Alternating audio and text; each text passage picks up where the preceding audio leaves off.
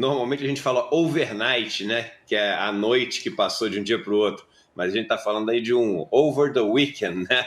Ou seja, de uma sexta para segunda-feira muito, muito, muito tensa no mundo inteiro, tá?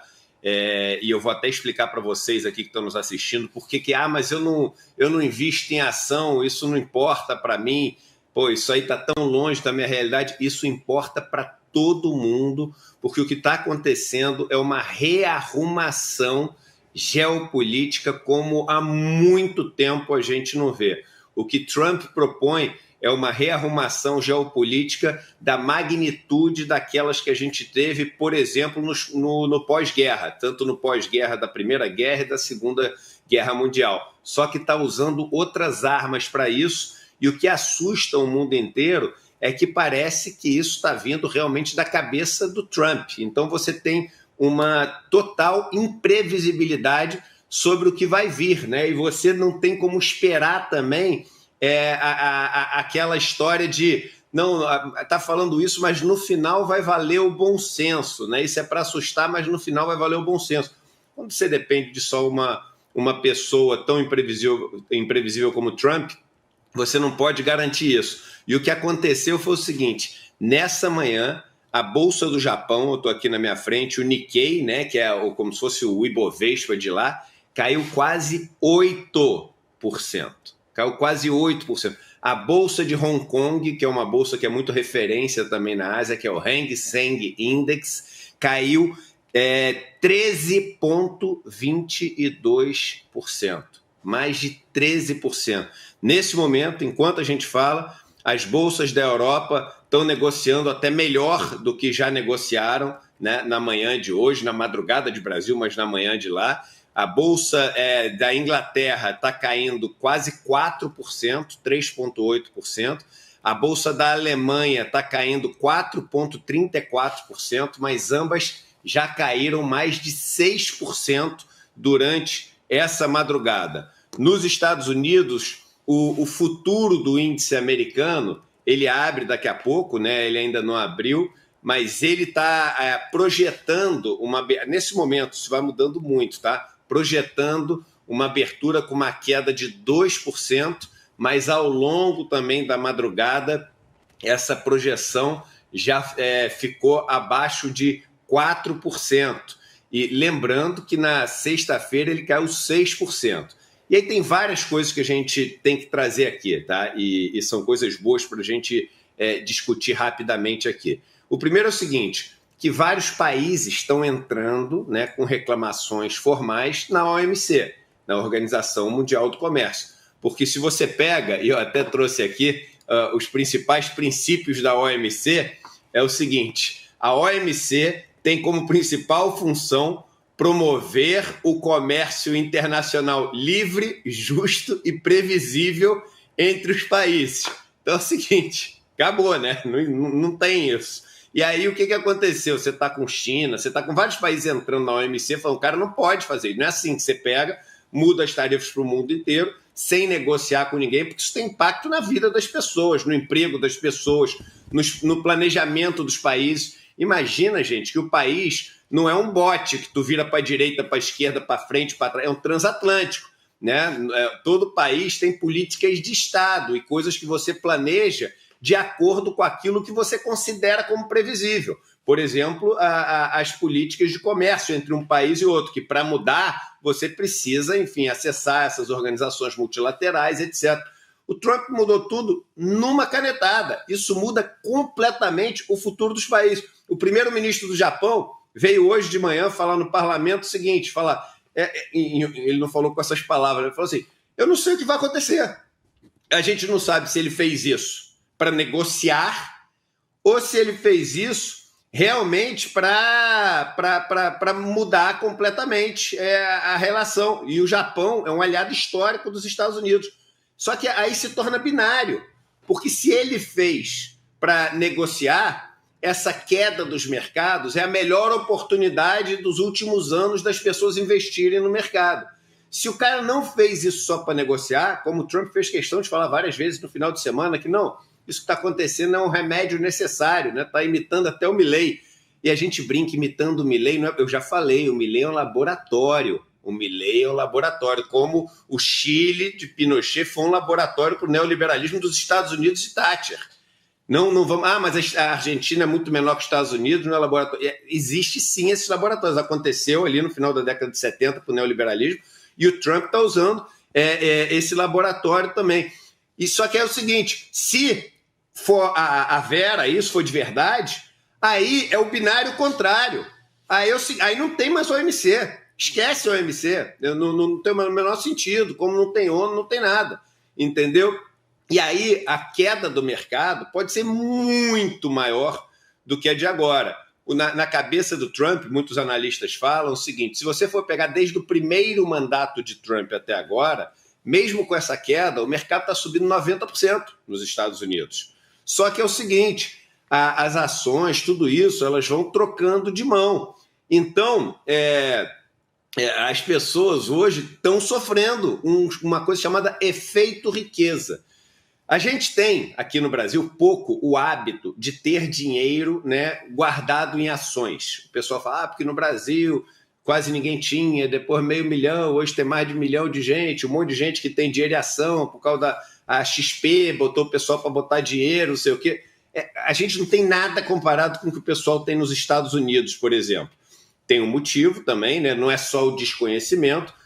Os mercados acionários nos Estados Unidos, eles são muito mais estáveis do que no Brasil e outros mercados emergentes, onde você tem muito mais oscilações.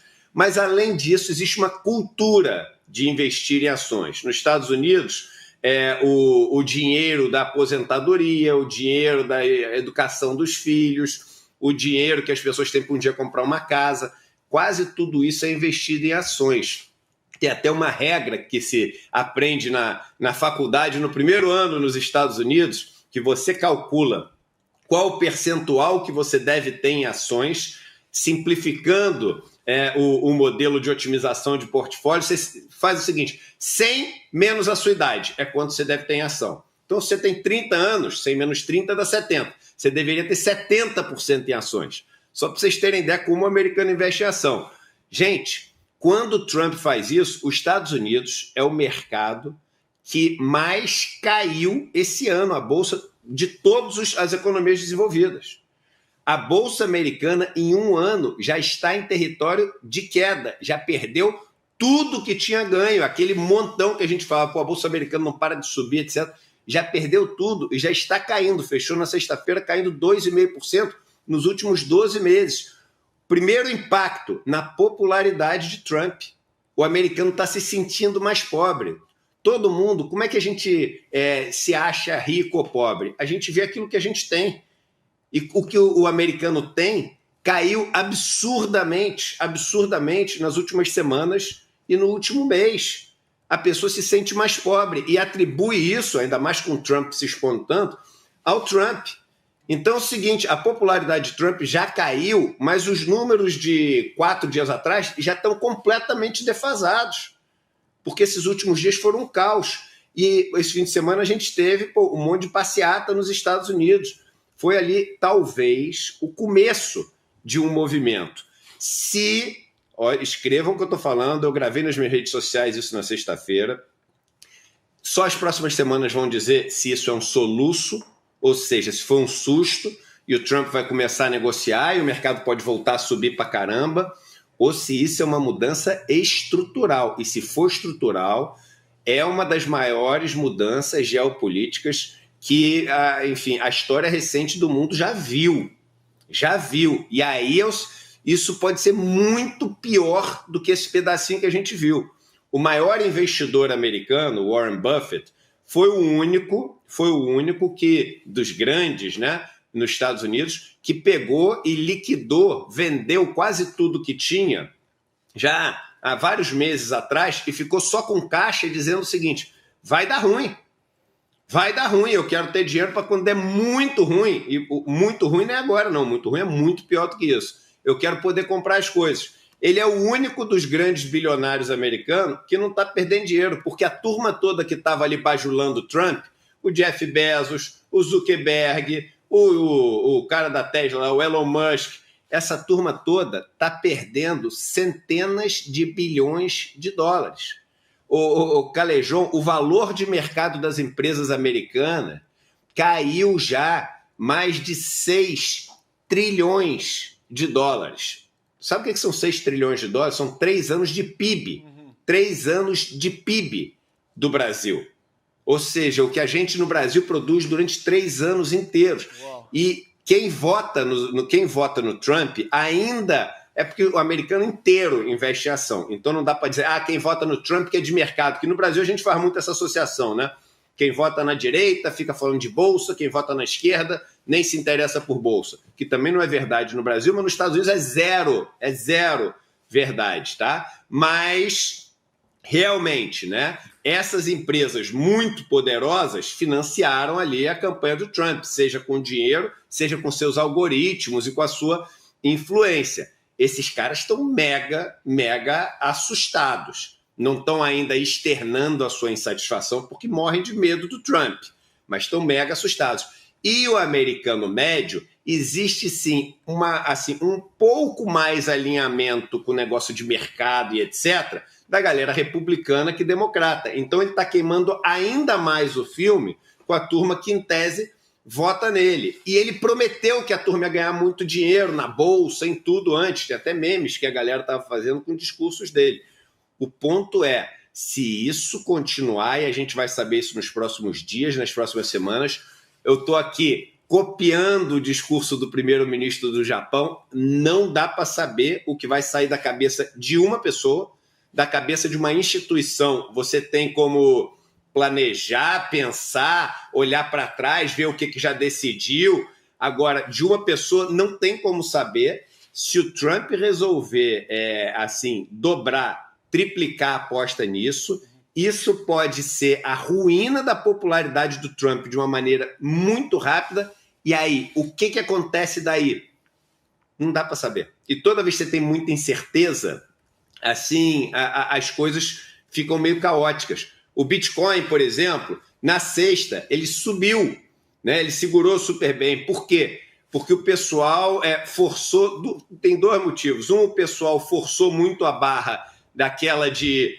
mas o Bitcoin é um ativo real, é que nem ouro, que as pessoas vão querer ter em momento de crise, o que é uma maluquice. O ativo real, ele é exatamente o único ativo que de real não tem nada, é um negócio 100% virtual. O pessoal fica bravo quando eu falo isso, mas é isso aí, é uma pirâmide chancelada e organizada, mas é uma pirâmide esse negócio. O único motivo que faz o Bitcoin subir, o único motivo, ele nem existe esse negócio, é ter mais gente comprando, e ele vai subindo. Mas o pessoal acreditou nessa história de que ele é um ativo real, que o pessoal ia buscar, que nem busca obras de arte, que nem busca o ouro quando tem crise, ele subiu. Essa manhã ele já tinha rompido 75 mil para baixo. Já voltou agora, está aí em torno de uns 77 mil, está oscilando muito. Mas ele tinha rompido já os 75 mil para baixo. Há muito tempo isso não acontece. A gente não sabe o que vai acontecer nas próximas semanas. Está na mão de um homem, do Donald Trump, e pode ser que aconteça coisa muito séria, como há muito tempo a gente não vê.